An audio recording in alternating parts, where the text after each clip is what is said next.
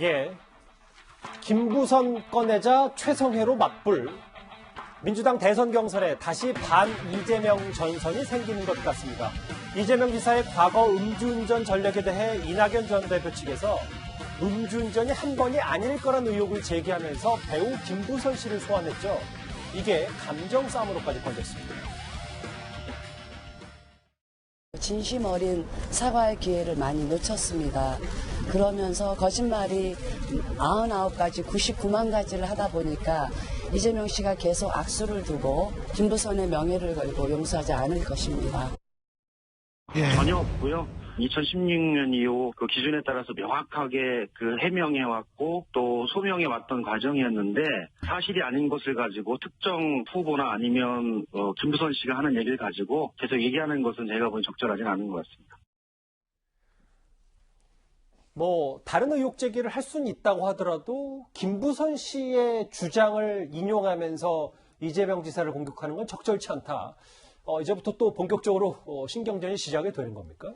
김부선 씨 얘기는 이제 그 이재명 지사가 새벽에 그 대리운전을 부르길래 술 다 깼는데 왜 운전하지 않느냐 했더니 음주운전 2번 걸렸기 때문에 이번에 또 걸리면 이제 면허 취소 받을 수도 있다 이렇게 얘기하는데 우선 이제 기본적으로는 음주운전 자체가 청와대가 정한 7대 공직배제 원칙이기 때문에 그 자체도 심각하지만 만약에 지금 얘기하는 김부선 씨의 주장이 사실이라면 단순히 음주운전의 문제가 아니라 그러면 이재명 지사하고 김부선 여배우하고 실제로 스캔들이 있었다는 걸 인정할 수밖에 없는 상황이 됩니다. 새벽까지 술 마시고 함께 있었다는 거는 관계가 있었다는 걸 암시하는 거 아닙니까? 그러니까 이재명 지사 측에서는 저걸 인정할 수 없고 윤영찬 정무실장이 직접 나서서 저 얘기를 제기하는 거는 그 내면에 김부선 씨와 이재명 그 지사의 관계는 이런 게 실제로 있었던 걸 암시하고 싶은 측면도 있었겠죠. 일단 이거는 확인되지 않은 상황입니다. 그렇습니다. 그리고 실제로 이제 그 2번을 주장했기 때문에 음주운전이 한 번이 아니라 2번이 되면 이건 또 상습의 단계로 가기 때문에 좀 더 이 지사에게 치명적일 수 있는 사안이기 때문에 이 지사 측에서는 열심히 방어하는 것 같습니다. 예. 이렇게 이낙연 전 대표가 김부선 씨를 끌어들이자 이재명 지사 측에서는요. 조국 사태 당시 조국 전 장관과 각을 세웠던 최성해 전 동양대 총장까지 소환을 했습니다. 이재명 캠프 측에서는 후보님이 최성해 전 총장과 어떤 관계인지 예, 아무 관계도 아닙니다. 동양대에 문화시설이 거기에 있어요. 그래서 그 문화시설에서 행사가 한번 있어가지고 그때 잠깐 한번 만나시기도 하고 예전에도 다 말씀드렸어요. 예전 그 지역에서 선거 나가실 때 있었던 행사인데 그 행사에 대해서 가셨다가 누군지도 모르고 만난 상태인데 그게 부적절하다 아니다 이야기할 자체도 없는 거예요. 이야기할 자체도 없다. 윤영찬 의원의 얘기인데요. 이승훈 변호사님. 이재명 캠프 대변인, 이재명 캠프 측은 최성해 전 총장과 찍은 사진에 대한 설명이 필요하다. 이렇게 맞불을 놨거든요. 근데 이낙연 지사 입장에서 보면 과거 이제 총선 때 어떤 지역 행사에 가서 사진을 찍은 것이기 때문에 충분히 변명은 가능하다고 보여지고 다만 이제 조국 전 장관 재판이 진행되면서 굉장히 민감한 시기였기 때문에 최성해 전 총장에 대한 문제가 굉장히 많이 거론되는 상황이었기 때문에 좀 그런 측면에서 보면 좀 부적절해 보일 수 있다고 생각되고요. 또한 이재명 지사와 관련한 음주운전에 대해서 김부선 씨가 그냥 막연하게 2번 이렇게 음주운전을 한 얘기를 들었다 이런 취지로 얘기를 했는데 저는 굉장히 왜 김부선 씨가 도대체 어떤 의도로 이런 얘기를 계속하는지 이해할 수가 없는데요. 예. 국민들 입장에서 보면 굉장히 팩트와 증거를 가지고 어떤 대선 후보들에 대한 검증을 원하는 것이지만 김부선 씨처럼 그냥 그랬다더라 증거나 팩트 없이 이렇게 계속적으로 말을 내는 것들은 굉장히 정치를 희화화시키고 굉장히 허위 사실일 가능성도 굉장히 높다. 왜냐하면 이건 정과로서 확인될 수 있는 것이기 때문에 예.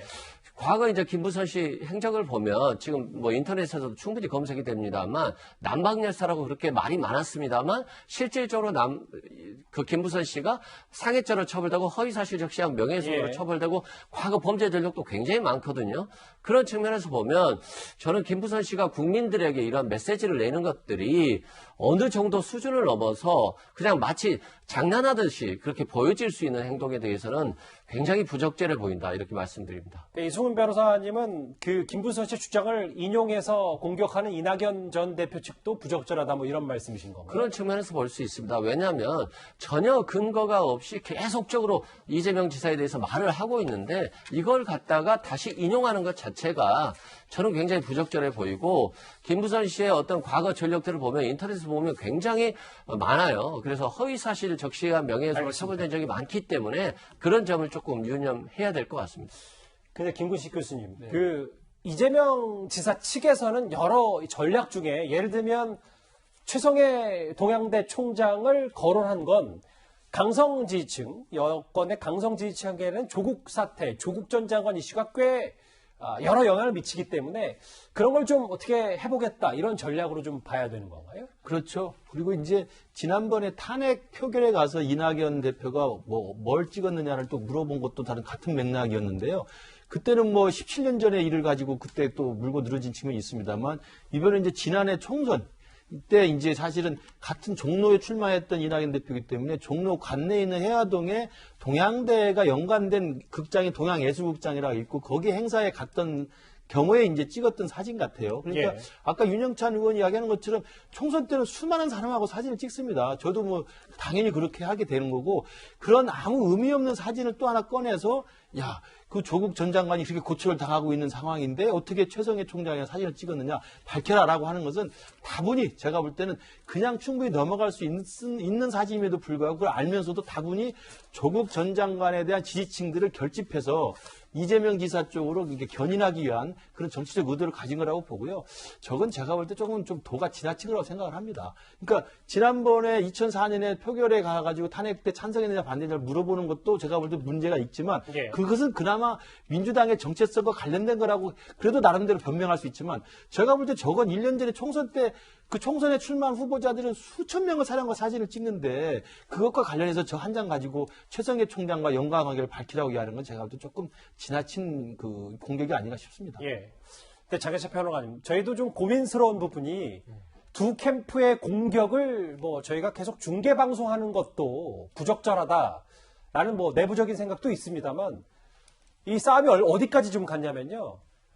이재명 지사 측의 여러 최성해 전 총장 관련된 공격에 대해서 이낙연 전 대표 측이 이재명 지사와 조직폭력배가 찍은 사진까지 공개를 했거든요. 네, 이재명 지사와 이 조직폭력배로 알려진 광주 지역의 모 폭력조직 행동대장이라고 1심에서 선고를 받은 사람이 손을 꼭 잡고 있는 사진 지금 보이시죠? 공개가 됐습니다. 그런데 이 사진이 왜 더 문제가 되고 있느냐? 이 해당 손을 잡고 있는 지금 얼굴이 모자이크 처리된 남성이 단순히 폭력조직 출신에서 끝나는 것이 아니라 최근에 17명의 사상자를 발생시킨 광주 철거 건물 붕괴 참사 재개발 과정에 관여했다는 의혹을 받고 현재 해외로 도피 중인 것으로 알려지고 있기 때문입니다. 그러니까 불과 얼마 전에 민주당의 핵심 지지 지역이라고 할 수 있는 호남에서 광주에서 건물 철거 중에 붕괴 사고가 일어나면서 많은 피해자들이 발생했고 전 국민이 함께 슬퍼했고 슬퍼하고 있지 않습니까?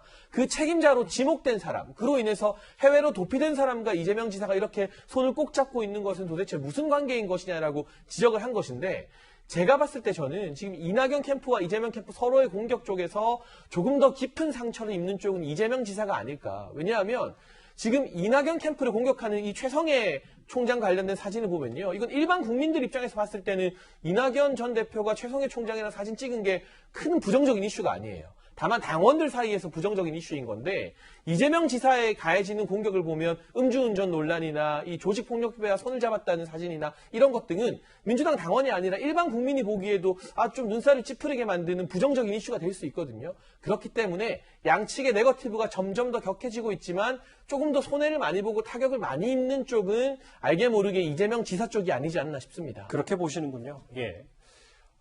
이 양측의 감정 싸움의 시작은 사실 이재명 지사의 음주운전 전력이 당내 경선의 새로운 쟁점이 되고서부터였습니다. 관련 화면 저희가 먼저 만나보겠습니다. 동료에 대한 최소한의 애정에 관한 문제라는 생각이 듭니다. 저는 그 문제는 동료의 문제가 아니고 후보자의 정책을 후보자의 그런 자질과 도덕성을 검증하는 거기 때문에 저는 차원이 다른 문제라고 생각합니다. 검증은 국민들께서 납득하실 수 있는 수준까지 가야 된다고 저는 봅니다. 구성이 필연적이고 필수적이라고 저는 봅니다. 반 이재명, 그러니까 정세균, 김두관, 이낙연 이 세 명의 예비 후보들은 모든 범죄 기록 공개하자 검증단 설치를 요구하고 있는데 이도훈 의원님, 네네. 이재명 지사 측도 뭔가 정면 돌파 의지를 좀 보이는 것 같아요.